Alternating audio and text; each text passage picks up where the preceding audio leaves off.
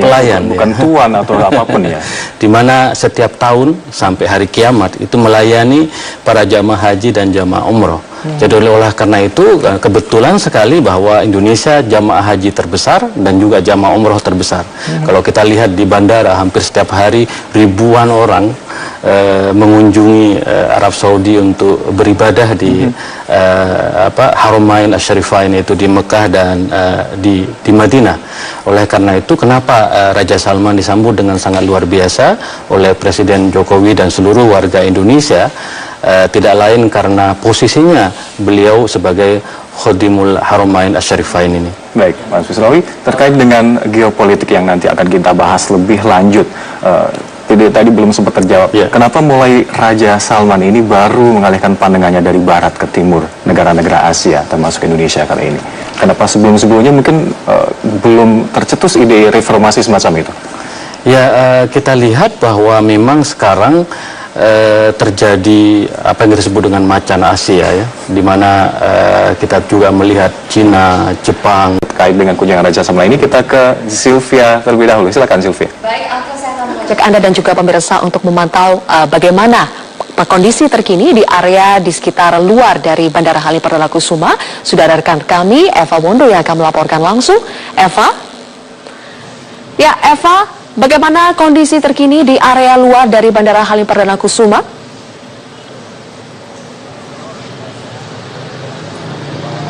Situasi terkini di area luar Bandara Halim Perdana Kusuma Jakarta Timur hingga saat ini masih terpantau normal, terutama ini arus lintas dari arah Cawang yang akan menuju ke Cililitan maupun arah sebaliknya ini masih terpantau normal, tidak ada kepadatan arus lintas.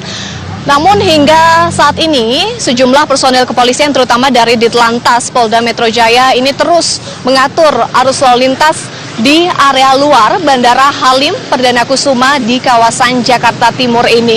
Sejak pagi tadi kami memantau juga sejumlah personel kepolisian dari Polda Metro Jaya dan juga Polres Jakarta Timur terus bersiaga, berjaga mengamankan sisi luar atau area luar Bandara Halim Perdana Kusuma di kawasan Jakarta Timur ini.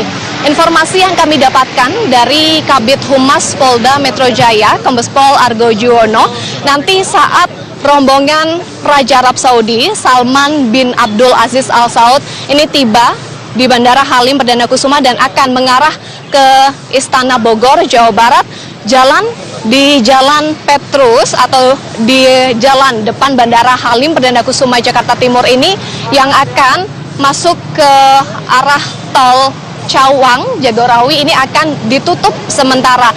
Ini tadi disampaikan oleh Kabid Humas Polda Metro Jaya, Kombes Pol Argo Yuwono, bahwa merupakan prosedur normal untuk tamu kenegaraan atau tamu VVIP yang fungsinya tentu untuk mengamankan perjalanan dari rombongan Raja Arab Saudi Salman bin Abdul Aziz Al Saud yang setelah mendarat di Bandara Halim Perdana Kusuma nanti direncanakan pukul 12.30 akan langsung menuju ke Istana Bogor, Jawa Barat untuk menggelar pertemuan bilateral dengan Presiden Joko Widodo.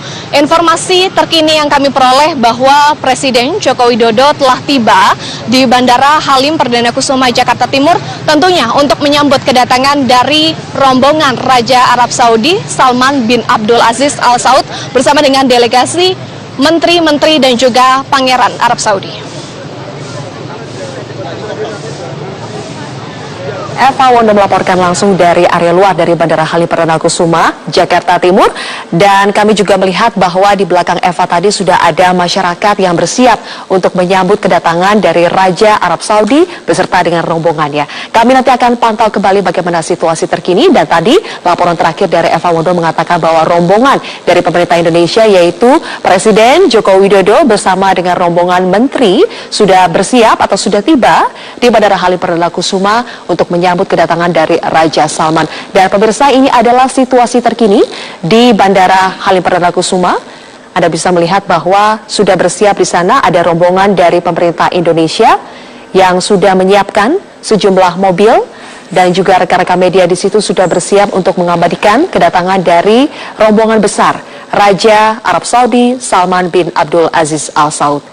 Persiapan sejak pagi sudah dilakukan di Bandara Halim Perdana Kusuma, bahkan sejak beberapa hari sebelumnya untuk betul-betul mempersiapkan baik itu dari segi keamanan maupun ketertiban agar betul-betul nanti ketika rombongan Raja Arab Saudi datang ini bisa prosesinya berjalan dengan lancar. Kami akan nanti kembali kepada Anda untuk menunjukkan bagaimana perkembangan terkini dari Bandara Halim Perdana Kusuma. Sekarang saya akan kembalikan lagi ke rekan Alka. Zulfiah, terima kasih. Dan Mas Mis tadi sepertinya sudah detik-detik jelang kedatangan arrival dari King Salman ini. Mas, terkait dengan Mas yang sebutkan tadi, perubahan geopolitik lebih kental terasa menjadi penyebab kenapa berubahnya arah pandangan dari Arab Saudi ke negara-negara Asia, khususnya di Indonesia ini. Ada negara Timur Tengah lainnya juga tengah harmonis dengan Indonesia. Ada Iran di sini, kita tahu Iran seperti apa di Timur Tengah dengan Arab Saudi. Tidak pernah ketemu seperti itu, Mas. Ya, memang ini mungkin takdir sejarah Presiden Jokowi ya, dengan politik bebas aktif yang sangat luar biasa di mana itu kuncinya ya. Karena Indonesia sama sekali independen di sini. Independen, bebas aktif dan dari konstitusi kita dijelaskan bahwa Indonesia harus menjadi poros perdamaian dunia. Maka posisi ini yang bisa menjadikan Indonesia bermain lebih luas kesana sini ya. Misalnya dengan Iran ya, kita lihat bahwa kalau kita ke Iran disebut Indonesia, maka akan muncul namanya Soekarno. Ketika kita ke Arab Saudi, kita sebut Indonesia, yang muncul adalah Soekarno. Karena dulu Soekarno membangun satu tanaman persahabatan dengan negara-negara Timur Tengah. Hampir tidak ada masalah. Nah sekarang, ketika kita buka keran kerjasama ekonomi, lalu pemimpin tertinggi Iran mengatakan potensi kerjasama ekonomi kita 20 miliar dolar Amerika, itu sangat besar sekali, dan itu langsung menjual gasnya ke Indonesia, lalu kemudian memberikan 2 kilang minyak yang potensinya 3-5 miliar barel di Taimuria dan Bab Saadiyah di Iran. Jadi Iran sudah lebih cepat mengambil langkah-langkah. Nah sekarang kemudian karena Iran betul-betul ingin menjadikan Indonesia mitra strategis, maka Arab Saudi langsung mengirimkan Raja Talal, Walid bin Talal yang datang juga menawarkan Aramco untuk investasi di Pertamina begitu, karena kita lihat potensi saham Aramco sekitar 2 triliun dolar Amerika. Jadi lalu kemudian ada 10 MOU yang ditawarkan ke Indonesia oleh kerajaan Arab Saudi, dan itu menurut saya memang satu langkah besar ya yang diambil, mau tidak mau harus diakui ini dalam rangka menyaingi uluran tangan Iran ke Indonesia, dan itu baik sekali. Nah, takdir sejarah Presiden Jokowi mungkin Indonesia yang pada akhirnya akan bisa menyatukan 2 kekuatan besar di Timur Tengah. Kita lihat kalau Arab Saudi dan Iran berjabat tangan, maka selesailah persoalan di Timur Tengah, karena kedua negara yang selama ini berkontestasi menaruhkan perannya di Timur Tengah, dan apa yang terjadi Timur Tengah dalam gonjang-ganjing, turbulensi, konflik yang tidak berkesudahan. Maka instead of daripada kita perang menggunakan rudal ya, senjata yang mematikan, maka lebih baiklah duduk bersama. Dan saya tahu takdir sejarahnya adalah Pak Jokowi yang bisa menjabat tangan kedua pemimpin besar Iran dan Arab Saudi. Kita tidak tahu. Intinya Indonesia sekarang menjadi magnet tersendiri, epicentrum bagi 2 kekuatan di Timur Tengah yang tadinya terus berseteru. Sekarang bisa diharapkan bisa bertemu di sini, ya alhamdulillah bisa damai nanti. Ini yang sekarang harus rakyat Indonesia harus tahu. Indonesia sekarang lagi dilihat sebagai salah satu kekuatan besar, tidak hanya oleh Timur Tengah, saya kira oleh dunia Barat juga ya.